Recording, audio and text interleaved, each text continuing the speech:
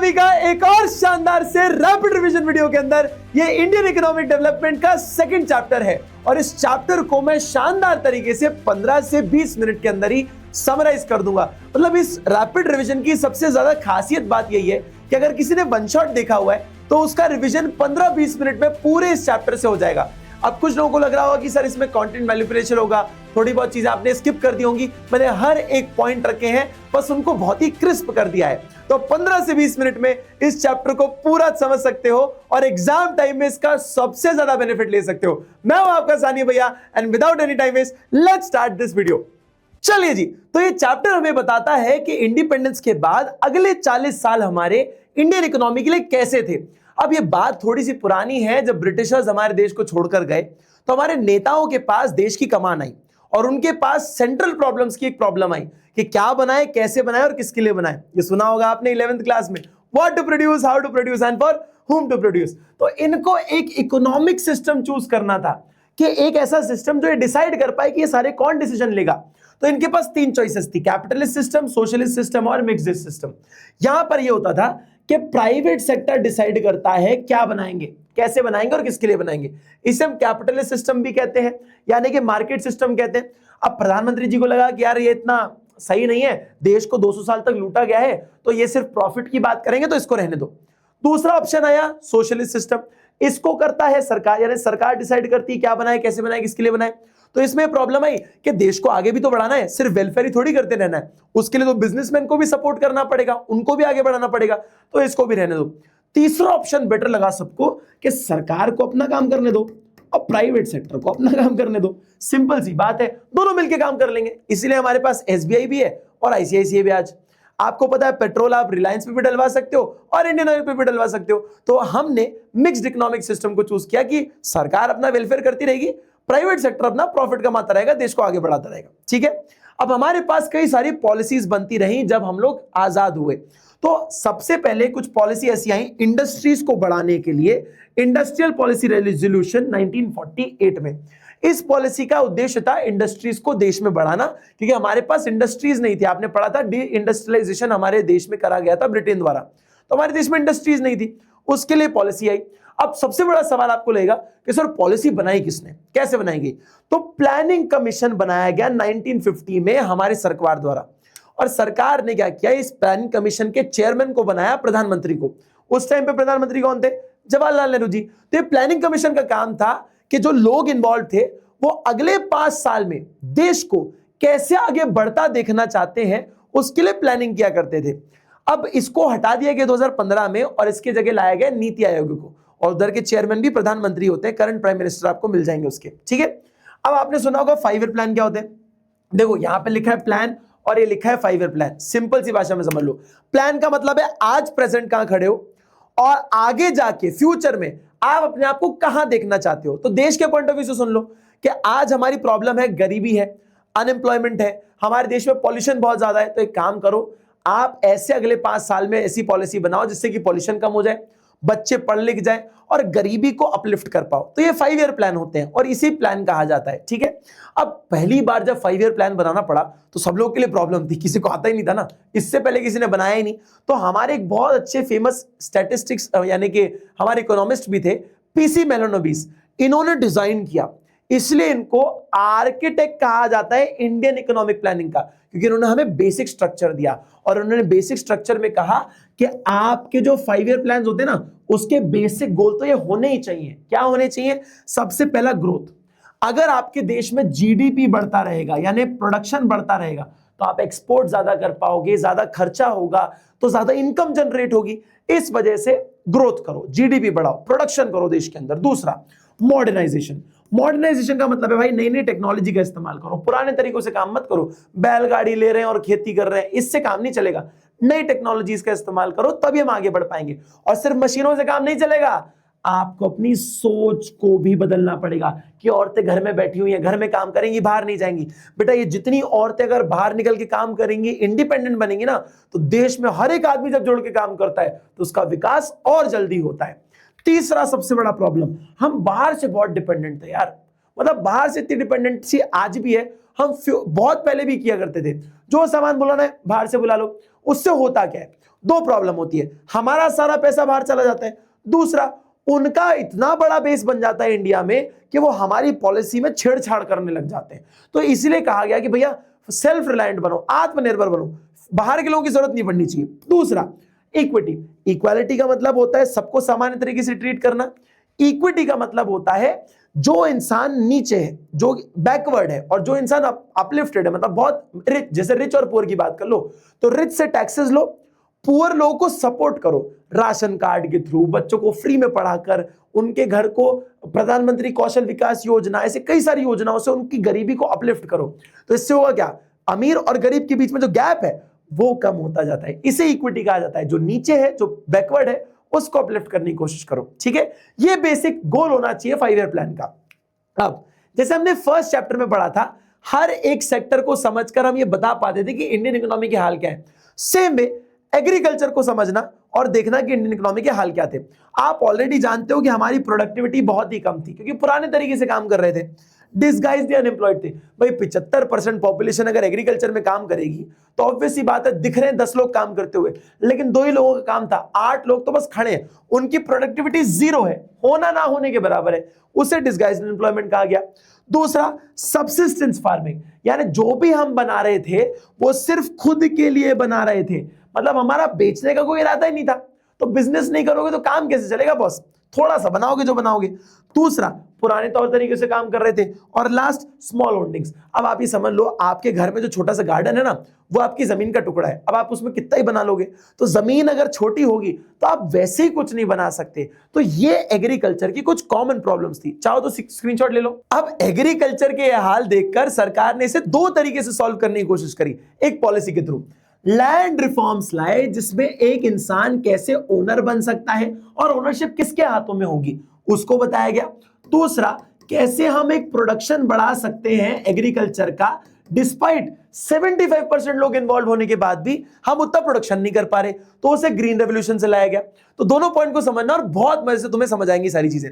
Land reforms जैसे मैंने बताया आपको कि कौन इंसान ओनर होगा और उस एरिया जो एग्रीकल्चर एरिया है उसी कंडीशन को कैसे बेहतर बनाया जा सकता है, उसके बारे में बात कर रहा है। अब मैं यहां से आपको ना 3 पॉइंट समझाता हूं। सबसे पहले, ब्रिटिशर्स के दौरान पे एक जमींदारी सिस्टम था कि एक जमींदार अपॉइंट कर दिया कि भाई आज से तुम जमीन के ओनर हो और तुम जिससे जितना काम कराना चाहते हो करवाओ।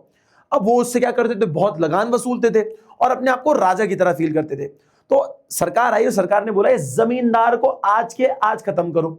कोई जमींदार नहीं है, कोई पहले से ओनर नहीं है किसी जमीन का, जो जिसकी जमीन पे काम कर रहा है, जो जिस जमीन पे काम कर रहा है, आज से जमीन उसकी, यानी कि लैंड टू द टिलर्स। जो जिस जमीन पे काम कर रहा है जमीन आज से उसकी। तो क्या हुआ, जमींदार भी वापस उतर गए जमीन पे काम करने के लिए। तो जिस जमीन पे जो काम कर रहा था जमीन उसकी हो गई, तो जमींदारी सिस्टम खत्म हो गया और जो जमीन के जो ओनर है वो बन गए जो जिस जमीन पे काम करेगा, ठीक है। अब जो मैंने आपको लगान वाली बात कही, तो क्या होता था ना, जब जमींदार लोग काम करवाते थे लेबर से, तो उनसे जो भी इनकम कमाते थे उसमें बहुत हैवी लगान वसूलते थे। 80% इनकम का ले लिया, 90% इनकम का ले लिया, कोई लिमिट ही नहीं थी ना सेट। तो सरकार ने बोला अगर मान लो अभी भी कोई किसी से काम करवाना चाहता है तो आप एक रेंट जो है ना, एक डिसेंट अमाउंट ही ले सकते हो, ऐसा नहीं जो मर्जी में वो ले लिया। तो 1/3 यानी कि 100 रुपए कमाओगे तो 33% आप रेंट ले सकते हो, ठीक है, उससे ज्यादा 1 रुपया नहीं। ये भी उन्होंने एक फिक्स कर दिया, ठीक है। अब मैंने अभी आपको थोड़ी देर पहले एक चीज बताई थी कि हमारे पास छोटे छोटे जमीन के टुकड़े थे, छोटे छोटे जमीन के टुकड़े। तो सरकार ने एक चीज ऑफर करी कि भाई एक टुकड़ा तुम्हारा यहां है, दूसरा यहां है, तीसरा यहां है। एक काम करो, तुम इसको नाप लो, जो टोटल एरिया आता है मैं तुम्हें उतना ही एरिया एक अलग इस कोने में दे देता हूं, इकट्ठा दे देता हूं। छोटे छोटे टुकड़ों में तुम्हें ट्रैवल करना पड़ेगा, हर एक जमीन का ढंग से ध्यान भी नहीं दे पाओगे, तो इकट्ठा ही ले लो, ज्यादा बेहतर होगा तुम्हारे लिए। तो एक बहुत अच्छा पॉइंट ये हुआ जिसे कहा गया कंसोलिडेशन ऑफ लैंड होल्डिंग, यानी सारे टुकड़ों को जोड़ दो और एक टुकड़ा बड़ा सा कहीं पे ले लो, ठीक है। और तीसरा एक पॉइंट बहुत अच्छा था जहां पे आपने फिक्सिंग कर दिया। सोचो हमारे देश में जो उस जमाने में अमीर आदमी होता वो तो देश की सारी जमीन खरीद लेता और हम कहां रहते, रेंट पे रहते। तो सबसे बड़ी प्रॉब्लम ही थी ना कि हर एक इंसान के हित में मतलब क्या बोलते हैं मतलब इसका हित है ना कि उसके पास भी एक जमीन का टुकड़ा होना चाहिए देश के अंदर। तो इस चीज को इंश्योर करने के लिए हमने लैंड सीलिंग का कॉन्सेप्ट लाया कि एक आदमी फॉर एन एग्जांपल मान लीजिए 10 एकड़ जमीन ही होल्ड कर सकता है। अगर इसके पास 11 एकड़ हो गई तो उससे 1 एकड़ लेके ऐसे व्यक्ति को दिया जाएगा जिसके पास जमीन नहीं है। तो उससे होगा क्या, हर एक इंसान के पास गांव शहर में अपना एक जमीन का टुकड़ा होगा जिसमें वो रह सकता है, काम कर सकता है और अपना जीवन बिता सकता है। इसे इक्विटी भी कहा जाता है। ठीक है, पर्याप्त तरीके से चीजों को बांटना। अब ग्रीन रेवोल्यूशन क्या है? ग्रीन रेवोल्यूशन एक बहुत ही मॉडर्न तरीका था। HYV सीड्स की मदद से ये डेवलप किया गया था सीड। इस सीड से आप अपना प्रोडक्शन बढ़ा सकते हो 3 टाइम्स, यानी कि जिस जमीन पे आप 1 किलो अनाज उगाते थे अब आप 3 गुना उगा सकते हो। मेनली ये राइस और व्हीट के लिए बनाया गया था और HYV सीड से प्रोडक्शन बहुत ज्यादा बढ़ गया। इनफैक्ट एक बहुत बड़ा तरीका भी था इसका, ये थोड़ा सा कॉस्टली भी था। क्यों? क्योंकि ये बहुत पानी पीता था, रेगुलरली बहुत वाटर सप्लाई चाहिए थी इसको, फर्टिलाइजर और पेस्टिसाइड्स भी बहुत इस्तेमाल होते थे इसमें, तो बहुत कॉस्टली था, लेकिन इससे प्रोडक्शन बढ़ जाता था। ठीक है, इससे इरिगेशन फैसिलिटी भी अच्छी हो गई क्योंकि भाई करनी पड़ती थी ना, आपको पानी सप्लाई चाहिए तो अब बेहतर कंडीशन आपको चाहिए इसको यूज करने के लिए। अब इसको ना पूरे देश में नहीं लागू किया गया। पहले फर्स्ट फेज में 10 सालों में 1960 टू 1970s में Uttar Pradesh specially for wheat and Punjab Haryana mainly for rice, ऐसी जगहों पे राइस और व्हीट के लिए कुछ स्टेट्स पकड़े गए और देखा गया कि इससे कुछ फायदा मिल रहा है कि नहीं मिल रहा। जैसे ही पता चला कि प्रोडक्शन बढ़ गया तो उन्होंने पूरे देश में लागू कर दिया। फिर पूरे देश में आपने बोल दिया कि HYV सीड्स का इस्तेमाल करो। अब इससे होने वाले इंपॉर्टेंट इंपैक्ट्स क्या है, ध्यान से सुनना, 2-3 पॉइंट्स में आपको क्लब करके समझाऊंगा, समझना आसान हो जाता है उससे। मार्केटेबल सरप्लस, अब बेटा प्रोडक्टिविटी बढ़ी यानी प्रोडक्शन बढ़ा तो आप सेल्स ज्यादा कर सकते हो, ज्यादा बेच सकते हो, ज्यादा बेचोगे तो आपकी अर्निंग्स बढ़ेगी तो आपका जीवन बेहतर हो जाएगा। भाई सिंपल सी बात है, आप ज्यादा बेहतर काम कर पाओगे, ज्यादा बेहतर जीवन बता पाओगे और मार्केट भी डेवलप होगा, सबसे पहली बात। दूसरा, फूड सिक्योरिटी। हम क्या किया करते थे, इतना काम करने के बाद भी एग्रीकल्चर में यूएस से अनाज मंगवाते थे, ये सबसे बड़ी शॉकिंग चीज थी हमारे लिए। अब प्रोडक्शन बढ़ा तो हम अपने आप में इतने पर्याप्त हो गए, सफिशिएंट हो गए कि हमें बाहर से अनाज बनाने की जरूरत नहीं थी। हम खुद के घर में खुद का ही सामान बना सकते थे, इतना पर्याप्त था। इनफैक्ट हम इतना एक्स्ट्रा बनाने लग गए कि सरकार क्या करती थी, किसानों से सस्ते दाम पे यानी कि MSP पे सस्ते दाम पे उनसे अनाज खरीदती थी और एक बफर स्टॉक मेंटेन करती थी। बफर स्टॉक यानी कि इमरजेंसी कंडीशन के लिए अनाज को इकट्ठा किया जाता था। यानी मान लो कहीं पे बाढ़ आ गई, कहीं अर्थक्वेक आ गया और फसल नहीं उग पाई तो क्या होगा, सूखा पड़ गया तो क्या होगा, देश के लोग क्या खाना ही नहीं खाएंगे? अचानक से थोड़ी गेहूं चावल उग जाएगा। तो आपने क्या, जब ज्यादा बनाने लग गए तो आप उसको मेंटेन करने लग गए, एक स्टॉक में इमरजेंसी स्टॉक की तरह उसको मेंटेन करने लग गए। और इससे क्या हुआ, मिनिमम सेलिंग प्राइस पे क्या हुआ, सॉरी मैक्सिमम सेलिंग प्राइस पे क्या हुआ, MSP जो था उस पे सबसे बढ़िया बात थी कि लोगों को बहुत ज्यादा फायदा मिला। बहुत फायदा क्या मिला कि सस्ते दाम, मतलब अच्छे खासे रेट पे वो अपना अनाज बेच सकते थे, भले ही मार्केट में सस्ता बिक रहा हो, तो उनको भी सिक्योरिटी मिल जाती थी। ये बेनिफिट्स इनको ग्रीन रेवोल्यूशन से हुए। चाहे तो इसका भी स्क्रीनशॉट ले लो, ठीक है भाई। चलो, और लास्ट पॉइंट है कि बेनिफिट टू स्मॉल फार्मर्स, जो छोटे फार्मर्स थे ना उनको बहुत इंप्रूवमेंट हुआ, उनको बहुत फायदा मिला। थोड़ी सी जमीन पे भी बहुत प्रोडक्शन बढ़ने की वजह से वो अपना काम अच्छे से कर पाते थे। ठीक है भैया, चलो जी। अब इसमें भी कुछ ना ग्रीन रेवोल्यूशन में रिस्क था। सबसे पहले तो पेस्ट अटैक। हमारे पास प्रॉब्लम थी कि कीड़े लग गए अगर फसल पे तो पूरी फसल खराब हो जाएगी। और दूसरा, हमारे देश में ना इनइक्वालिटी का बहुत प्रॉब्लम था कि मान लो, क्योंकि जैसे ग्रीन रेवोल्यूशन है, इसमें जो HYV सीड्स का इस्तेमाल हो रहा है ये बहुत पेस्टिसाइड और बहुत फर्टिलाइजर मांगता है, बहुत वाटर सप्लाई मांगता है। इसके लिए तो पैसा चाहिए ना आपको, और गरीब आदमी के पास कहां से पैसा आएगा? तो मतलब वो HYV सीड्स का इस्तेमाल ही नहीं कर सकता। इसीलिए किसी ने कहा कि एक काम करो, सब्सिडी का इंट्रोडक्शन करो। सब्सिडी क्या होती है सर? एक फाइनेंशियल मदद, यानी कि सस्ते दाम पे आप पेस्टिसाइड्स को दो, सस्ते दाम पे आप जो है फर्टिलाइजर्स को बेचो। किसको? एग्रीकल्चर फार्मर्स को। जैसे कि आपको LPG के सिलेंडर सस्ते दाम पे मिलते हैं, वैसे ये सारी चीजें भी सस्ते दाम पे पहुंचवाओ उनको। अगर वो खरीद ही नहीं पाएंगे तो HYV सीड्स का इस्तेमाल कैसे करेंगे? गरीब आदमी तो गरीब ही रह जाएगा, सिर्फ अमीर फार्मर्स ही इसका इस्तेमाल कर सकते हैं। तो ये तो इनकम गैप तो और बढ़ जाएगा ना, कम थोड़ी होगा।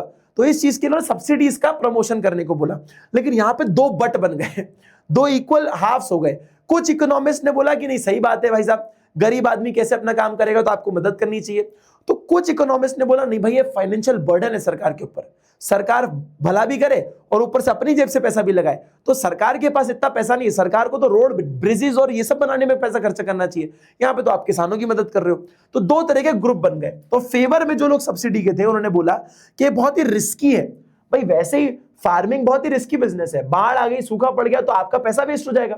दूसरा, जो पुअर फार्मर्स हैं वो कॉस्टली आउटपुट जो है, ये इनपुट्स जो है वो अफोर्ड ही नहीं कर सकते, तो उनको तो सस्ता ही बेचो भाई, तो सब्सिडी दो उनको।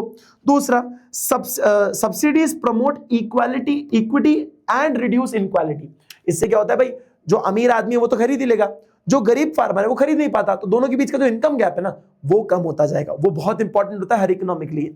और लास्ट है, आप जो है HYV सीड्स को प्रमोट कर पाओगे इस तरीके से, वरना जो गरीब आदमी है वो तो इसका इस्तेमाल ही नहीं करेगा, वो आज भी पुराने तरीके से खेती करता रहेगा, तो इसीलिए आप सब्सिडी दीजिए।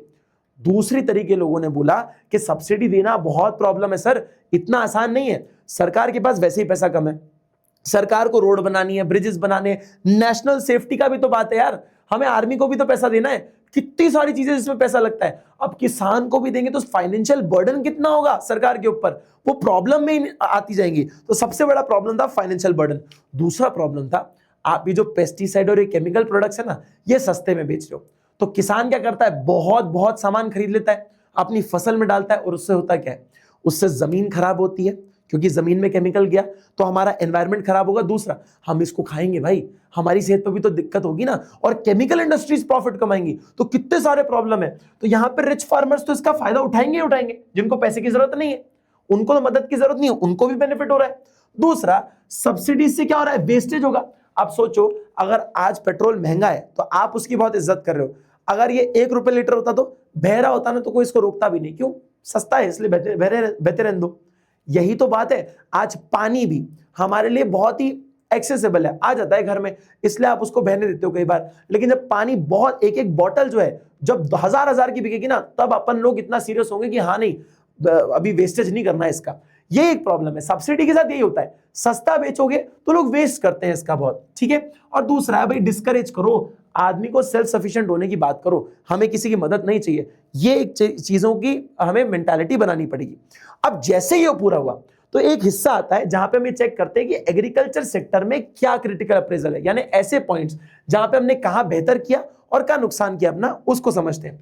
तो देखो, इंडिपेंडेंस के बाद हमारी जो बैकवर्ड और स्टैग्नेंट इकोनॉमी थी वो थोड़ी सी इंप्रूव हुई, हमने बेटर स्टैंड लिया। दूसरा, हमारे जो मेजर अचीवमेंट्स थे वो थे लैंड रिफॉर्म्स और ग्रीन रेवोल्यूशन, इससे प्रोडक्शन भी बढ़ा और हर किसी के पास अपनी जमीन का टुकड़ा भी आया। 1950 टू 1990 के बीच में हम सेल्फ सफिशिएंट बन गए खाने के मामले में एटलीस्ट, तो ये एक बहुत अच्छा हमारे लिए पॉइंट आया। फिर क्या हुआ, लैंड रिफॉर्म्स में जमींदारी सिस्टम हटाया, जो कि बहुत ही गलत सिस्टम था। एग्रीकल्चर शेयर, यानी देखो क्या हुआ ना, जीडीपी में जो हमारा कंट्रीब्यूशन था वो कम हो गया, मतलब हम इतना प्रोडक्शन जीडीपी में कंट्रीब्यूट नहीं कर पा रहा था एग्रीकल्चर, लेकिन जो लोग डिपेंडेंट थे ना, उनके अंदर का कोई उनके अंदर कोई स्लाइटली चेंज, मतलब उनके अंदर स्लाइटली चेंज था बस, कि जो लोग डिपेंडेंट है एग्रीकल्चर पे वो थोड़े से ही कम हुए, मतलब एग्रीकल्चर में काम करने वाले लोग बहुत ही कम हुए, 67 से 64%, लेकिन हमारा जीडीपी जो कंट्रीब्यूशन है एग्रीकल्चर का वो बहुत कम है, मतलब वो कम रहा, वो बढ़ना चाहिए था प्रोडक्शन ग्रीन रेवोल्यूशन की वजह से, वो नहीं हो पाया। सबसे बड़ी प्रॉब्लम ये थी कि इतना सब कुछ कर लिया और जीडीपी में कंट्रीब्यूट भी नहीं कर पा रहे हैं। 1990 के अराउंड 65% पॉपुलेशन आज भी एग्रीकल्चर में काम कर रही थी, 1990 तक, 1947 की बात नहीं है। मेजर पॉलिसी फेलियर्स क्या था, सबसे बड़ा फेलियर था सर्विस और इंडस्ट्री सेक्टर के लिए, वो इतना ज्यादा बेनिफिट आपको कर नहीं पाए। चाहो तो इसका भी स्क्रीनशॉट ले लो बच्चे। अब बात करते हैं दूसरे सेक्टर की, जो कि है इंडस्ट्रियल सेक्टर। अब आप अगर बहुत रॉ मटेरियल बना भी लोगे और उसको अगर फिनिश गुड में कन्वर्ट नहीं कर पा रहे, तो आपके इस रॉ मटेरियल बनाने का पर्पस क्या था, कि भाई गेहूं तो बना लिया, लेकिन अगर आटा नहीं पीस पा रहे तो आप उसकी रोटी कैसे बनाओगे। तो हमारे लिए इंडस्ट्रीज को डेवलप करना बहुत ज्यादा जरूरी था, लेकिन कुछ प्रॉब्लम फेस हुई हमें। सबसे पहली बात तो कि हमारे प्राइवेट सेक्टर जो है उनके पास इतना पैसा था नहीं, तो सबसे बड़ा पॉइंट था shortage of capital with private sector, उतना पैसा लगाने वाले लोग नहीं थे। 200 साल तक लूटा गया आपको, किसके पास पैसा था, किसी के पास नहीं था, तो ये लगाने वाले पैसे नहीं थे, तो आप कैसे फैक्ट्री डेवलप करोगे। दूसरा पॉइंट, प्राइवेट सेक्टर के पास, जिनके पास पैसा था भी, जैसे कि टाटा बिरला, 2-5 लोग अगर थे भी, तो इनको इतना फायदा ही नहीं था बिजनेस करने में, इनको इंडस्ट्रीज डालने में इतना बेनिफिट भी नहीं था, तो ये लोग इसलिए भी नहीं डाल रहे थे। और तीसरा, सोशल वेलफेयर भी तो करना था ना, सोशल वेलफेयर कौन करेगा, प्राइवेट सेक्टर तो करेगा नहीं, इसलिए सरकार को उतरना पड़ा और सरकार ने बोला चलो हम जिम्मा लेते हैं, हम इंडस्ट्रीज को डेवलप करते हैं। तो इन्होंने एक इंडस्ट्रियल पॉलिसी रेजोल्यूशन 1956 निकाला, और इन्होंने इंडस्ट्रीज को 3 हिस्सों में बांट दिया, schedule A, schedule B and schedule C. Schedule A में कहा गया कि 17 ऐसी इंडस्ट्री, कितनी बच्चे, 17 ऐसी इंडस्ट्रीज हैं जो कि सिर्फ सरकार ही चलाएगी, उसमें कोई आ नहीं सकता, जैसे कि रेलवे, जैसे कि आपकी एटॉमिक एनर्जी, जैसे कि आपकी बहुत सारी एम्यूनिशन, गोला बारूद, इसमें कोई और काम नहीं करेगा, करेगा तो सिर्फ सरकार करेगी। बचे हुए और कौन, 12 इंडस्ट्री, मतलब 17 इंडस्ट्री तो यहां पे कोई घुस ही नहीं सकता, बची 12 इंडस्ट्री, यहां पे सरकार के साथ साथ प्राइवेट सेक्टर मिल के काम करेगा। जैसे कि कौन कौन सी इंडस्ट्रीज हो गई, एग्जांपल में भी दे रखा है मैंने, फर्टिलाइजर हो गया, एल्यूमिनियम हो गया, कोई मशीन टूल बनाने वाली बात हो गई, तो ऐसी 12 इंडस्ट्रीज है जो साथ में मिलकर काम करेंगी। लेकिन इसमें ज्यादा बड़ा रोल किसका होगा, सरकार का होगा, बाकी प्राइवेट सेक्टर का इतना बड़ा रोल नहीं होगा। और जो बच जाए इन 17 और 12 को छोड़ के, जो बच जाए वो आप कर लो प्राइवेट सेक्टर, वो प्राइवेट सेक्टर को दे दो कि जो बच जाए वो तुम कर लो, उसमें तुम काम कर सकते हो। इन दोनों में तो इन दोनों की जो कैटेगरी है इनमें तो काम नहीं कर सकते। अब आपको लग रहा हो कि फ्रीडम यहां दी है, वो भी इतनी ज्यादा नहीं थी, वो भी इनसे छीन ली, कैसे, लाइसेंसिंग के थ्रू। लाइसेंसिंग का मतलब होता है कि प्राइवेट सेक्टर को स्पेशली अलाउ किया गया कि आप जो फ्रीली काम करना चाहते हो कर सकते हो इन इंडस्ट्री को छोड़ के, लेकिन आप बस हमसे एक परमिशन ले लो। लाइसेंस का मतलब क्या होता है, रिटर्न परमिशन आपको फैक्ट्री डालने की जो सरकार से मिलती है उसे लाइसेंस कहते हैं। जैसे ड्राइविंग लाइसेंस आप सरकार से मांगते हो, आपको परमिशन मिलती है गाड़ी चलाने की, वैसे ही बिजनेस चलाने के लिए, फैक्ट्री डालने के लिए आपको लाइसेंस लेना पड़ता है। अब उस टाइम पे ना हमारे पास एक इंडस्ट्रीज डेवलपमेंट रेगुलेशन एक्ट हुआ करता था 1951 का। उस टाइम पे मेंशन था कि अगर आप कोई नई इंडस्ट्री खोलो या आप अपने बिजनेस को बढ़ाओ या आप एक नया प्रोडक्ट लॉन्च करो, आपको लाइसेंस लेना पड़ेगा। तीनों कंडीशन में, नया बिजनेस खोलो, नया प्रोडक्ट लॉन्च करो या फिर आप अपने बिजनेस को बढ़ाओ, आप परमिशन लो, बिना परमिशन के नहीं कर सकते। तो यहां पे इनको फ्रीडम नहीं दी है, फ्रीडम के साथ रिस्ट्रिक्शन दे दिया लाइसेंस के थ्रू। ये एक सबसे बड़ी प्रॉब्लम थी। इसके बाद एक बहुत बढ़िया इनिशिएटिव हुआ स्मॉल स्केल इंडस्ट्रीज का। आप पहले तो ये समझ लो स्मॉल स्केल इंडस्ट्री क्या है। उस टाइम पर ये लिमिट थी कि स्मॉल स्केल इंडस्ट्री किसको बोला जाएगा, जिसके पास पैसे लगाने के लिए मात्र 5 लाख रुपए, कि 5 लाख रुपए ही वो पैसे लगा सकता है, उसके साथ कहां तक, 1 करोड़ तक, कि 5 लाख से 1 करोड़ के बीच में अगर वो पैसे लगा रहा है, पूरा उसका प्रोसेस चल रही है, तो वो एक स्मॉल स्केल इंडस्ट्री है। ठीक है, अब इसके अंदर एक कर्व कमेटी बनाई गई 1955 में, जिसने क्या किया, रूरल एरियाज में स्मॉल स्केल इंडस्ट्रीज को एनकरेज किया और बोला कि बहुत सारा काम करो, इससे बेनिफिट्स होते हैं बहुत ज्यादा। देखो क्या होता है, हर किसी के पास ना इतना पैसा है, ना इतनी पावर है, ना इतना ज्ञान है कि वो बड़ी बड़ी एमएनसीज और गूगल और अमेज़न जैसे बड़े बड़े बिजनेसेस खोल सके। उनके पास इतना पैसा भी नहीं है, ना इतनी रिसोर्सेज है। तो आप छोटा काम तो कर सकते हो ना। तो यही हुआ, ये छोटे काम क्या करते हैं, गांव जैसे एरियाज में बहुत सारी नौकरी देते हैं। शायद एक स्मॉल स्केल इंडस्ट्री 50 लोगों को, 15 लोगों को, 10-20 लोगों को नौकरी दे दे, पर ऐसी करोड़ों स्मॉल स्केल इंडस्ट्रीज बहुत बड़ा इंपैक्ट करती है। एम्प्लॉयमेंट बढ़ता है उससे, दूसरा प्रोटेक्शन बढ़ जाती है। क्या होता है ना, सरकार को बहुत सारी चीजों के तरह से इन स्मॉल स्केल इंडस्ट्रीज को प्रोटेक्ट करना पड़ता है, क्योंकि बड़ी कंपनीज इनके ऊपर हावी ना हो जाए और उनका बिजनेस ना खत्म कर दे। इसीलिए एक चीज लाई गई, वो आया रिजर्वेशन ऑफ प्रोडक्ट्स। कुछ प्रोडक्ट बोल दिया गया कि सिर्फ स्मॉल स्केल इंडस्ट्रीज बनाएंगी, मैन्युफैक्चर नहीं कर सकती बड़ी इंडस्ट्रीज। उन्हें हटा दिया कि भैया सुनो, कल से जो भी ये बॉटल होगी ना, ये बॉटल स्मॉल स्केल इंडस्ट्री बनाएगी, लार्ज स्केल इंडस्ट्री नहीं बना सकती। तो उनको ने एक बेनिफिट दे दिया कि कंपटीशन नहीं करना पड़ रहा है, सबसे बेटर पॉइंट। फिर आया वेरियस कंसेशंस, जैसे कि अगर स्मॉल स्केल इंडस्ट्री को लोन लेना है तो बहुत कम रेट पे ले लो, बहुत लोअर रेट पे, इंटरेस्ट रेट पे ले लो, या आपको जो टैक्स देना है वो टैक्स बहुत कम दे दो। ऐसे बेनिफिट्स भी दिए गए स्मॉल स्केल इंडस्ट्रीज को। अगला पॉइंट है हमारे पास फॉरेन ट्रेड। देखो हर एक देश के पास अपनी एक रिसोर्स होती है और वो उसके लिए पर्याप्त भी नहीं है, इसलिए कांस्टेंट लेन देन चलता रहता है बाकी सारे देशों के बीच में, और इससे हमारी इकोनॉमीज में बहुत इंपैक्ट होता है। क्या आप अगर मान लीजिए बहुत सारा सामान बाहर से बुलवाते हैं, तो आपके देश के जितने भी बिजनेसमैन हैं उनका सामान देश में पड़ा हुआ है, वो बिक नहीं रहा है, और आप सारा सामान बाहर से बुलवा रहे हो, तो इंडिया के जो बिजनेसेस हैं उनको बाहर से कंपीट करना पड़ता है। दूसरा, आप सारा पैसा बाहर दे रहे हो अपना, तो सारी फॉरेन करेंसी अगर बाहर दे दोगे तो देश कैसे आगे बढ़ेगा। तो बहुत सारी प्रॉब्लम्स की वजह से हमने कुछ स्ट्रैटेजी बनाई, और स्ट्रैटेजी थी इनवर्ड लुकिंग स्ट्रैटेजी। यानी इसका बेसिक अगर लेमन टर्म में बोलूं तो अपने अंदर के जो देश है ना उस पर ध्यान दो, उसके बारे में चिंता करो। तो इसको इन्होंने 3 तरीके से समझाया। सबसे पहला पॉइंट है एक्सपोर्ट जितना हो सके करो। एक्सपोर्ट करने से, सामान को बाहर भेजने से बहुत इनकम बाहर से आती है, आपके देश का इनकम बढ़ता है, आपके लिए बहुत बेनिफिट पॉइंट है। दूसरा, इंपोर्ट को खत्म ही कर दो भाई, बाहर से सामान मंगवाना बंद ही कर दो। सबसे बड़े 2-3 पॉइंट्स मैं बता देता हूं। सबसे बड़ा पॉइंट है, बाहर से अगर जब सामान बुलवाते हो तो हमारे बिजनेसेस को कंपटीशन फेस करना पड़ता है, और दूसरी पॉइंट, उनका सामान बिकता नहीं है तो बिजनेसेस ठप हो जाते हैं और सब लोग बेरोजगार आ जाते हैं।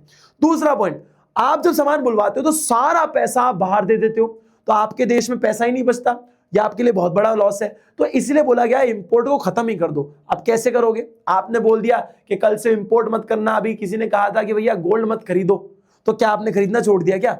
लेकिन ये एक सजेशन होता है, इसको एक्टिवली फॉलो करवाने के लिए कुछ तरीके होते हैं। तो ये एक प्रोटेक्शन था इंपोर्ट से, कि इंपोर्ट से कैसे बचाना है। तो 2 तरीके थे। ये टैरिफ, मान लीजिए कोई 100 रुपए की चीज है, 100 रुपए की चीज पे आपने अगर 200% टैक्स ले लिया, तो आप क्या बोलोगे? भाई 100 रुपए की चीज है, वो कितने की हो गई? वो 300 की हो गई है। अब 100 की चीज आप 300 में खरीदोगे? भाई 10 वाला अगर आपका लेस का पैकेट है, उसको क्या 40 रुपए में खरीदोगे? क्या 50 में खरीदोगे? क्या नहीं खरीदोगे। 10 वाला लेस अगर 15 का हो जाएगा ना, तो ही उसकी सेल्स गिर जाएगी, तो 50 तो रहने ही दो। तो जब आपने बाहर से सामान मंगवाया और वो बहुत महंगा हो गया, तो वैसे आदमी नहीं खरीदेगा। सबसे पहला पॉइंट। तभी तो दुनिया में ट्रेड वॉर्स चलती रहती हैं टैरिफ बढ़ाने के ऊपर, आप देखते रहते हो आए दिन न्यूज में। दूसरा पॉइंट है कोटा। अगर मान लो अंबानी अडानी जैसे कुछ लोग हैं देश में जो कि इंपोर्ट कर भी लेंगे महंगा, उनके पास बहुत पैसा है, तो कैसे रोकोगे? तो आप एक लिमिट सेट कर दो। मान लो फोन है भाई साहब, एक फोन है, तो आप जो है अगर फॉरेन से आ रहे हो तो सिर्फ 2 ही फोन ला सकते हो, 2 ही फोन ला सकते हो। तीसरा फोन ला ही नहीं सकते, लिमिट सेट कर दी। तीसरा लाओगे देश में घुसने ही नहीं देंगे, वो जो कस्टम ड्यूटी वाले होते हैं वो उसको रख लेंगे अपने पास। तो इन्होंने बोल दिया कि भाई अगर आप टैक्स देने के लिए भी रेडी हो ना, तो भी हम एक नंबर सेट कर रहे हैं कि इससे ज्यादा नंबर आप सामान नहीं ला सकते, 4 प्रोडक्ट ला सकते हो, 5वां नहीं ला सकते। लिमिट सेट कर दिया, तो इंपोर्ट को ऐसे बैन किया गया इंडिया में। अब ये हमारा पूरा चैप्टर का क्रश था। तो फाइनली देख लेते हैं कि हमारे देश के अंदर क्या चेंजेस देखे गए इन सारे पॉलिसीज के थ्रू। जीडीपी में इंडस्ट्रीज का शेयर बढ़ गया, कैसे? 11% से 24% हो गया, वेरी गुड। दूसरा, डाइवर्सिफिकेशन हुआ इंडस्ट्रीज का। देखो हमारे पास कुछ भी नहीं था इंडस्ट्रीज के नाम पे, अब काफी बेटर हुआ, ज्यादा किस वजह से? पब्लिक सेक्टर की वजह से हुआ। दूसरा point, small scale industries. Small scale industries जो है बेटा काफी एक्टिव, एक मतलब होता ना छोटा पॉकेट बड़ा धमाका वाली बात। तो स्मॉल स्केल इंडस्ट्री हमारे लिए एक बहुत बेनिफिशियल पॉइंट था कि बड़े लेवल पे बिजनेस नहीं कर सकते तो क्या छोटे छोटे पे इतना कर दो कि बड़े लेवल का धमाका कर सकते हो। ठीक है, तो स्मॉल स्केल इंडस्ट्रीज को काफी प्रमोशन मिला और काफी बिजनेसेस बने, और आज स्मॉल स्केल इंडस्ट्री लार्ज भी बन चुकी है, तो वो एक बहुत बेनिफिट हुआ। इंपोर्ट सब्स्टिट्यूशन पॉलिसी मैंने आपको बताया, इंडिया को बिजनेस फेस करना पड़ता है, कंपटीशन फेस करना पड़ता है बाहर से, और दूसरा हमारे सारी वेल्थ जो है ड्रेन होकर बाहर चली जाती है। मतलब ब्रिटिशर देश छोड़ के गए लेकिन हम उनकी गुलामी करना ना छोड़ें, ये थोड़ी बात होती है। तो इंपोर्ट सब्स्टिट्यूशन पॉलिसी हमारी लाई गई। और लास्ट 2 पॉइंट्स है, लाइसेंस की वजह से गवर्नमेंट के पास कंट्रोल था कि वो मॉनिटर कर सकती है, नजर रख सकती है, वो एक बहुत अच्छा पॉइंट था। तो लाइसेंस एक बहुत अच्छा टूल बन गया था उस जमाने में, और पब्लिक सेक्टर ने बहुत स्ट्रांगली काम किया, अलग अलग कंपनीज खोली अलग अलग एरिया में, मैंने आपको बताया था शेड्यूल्स में। तो कई सारे तरीकों से इन्होंने बहुत बेनिफिट करने की कोशिश करी इंडिया के अंदर इंडस्ट्रीज को बेस्ट बनाने में। आई होप कि वीडियो मेरे ख्याल से थोड़ा सा लंबा भी हो गया, बट आई होप कि मैंने बहुत अच्छी तरीके से हर एक पॉइंट को कवर किया और आपको ये समझ भी आया होगा। आप इसे थोड़ा सा स्पीड बढ़ाकर भी देख सकते हो, तो ये आपको वीडियो और शॉर्ट लगेगा। इनफैक्ट आई होप कि आप सभी को ये सीरीज पसंद भी आ रही है, क्योंकि हम इसमें बहुत मेहनत कर रहे हैं कि आपका कुछ भी ना छूटे। अगर आप वन शॉट भी मान लीजिए एक टाइम को स्किप कर देते हो और लास्ट मोमेंट अगर आपको ये देखना है, तो भी आप इसका मैक्सिमम बेनिफिट ले सकते हो। तो do let me know in the comments down below कि आपको ये सीरीज कैसी लग रही है। Share it with someone you think कि जिसको जरूरत है देखने की, and like it and subscribe the channel. Thank you so much everyone.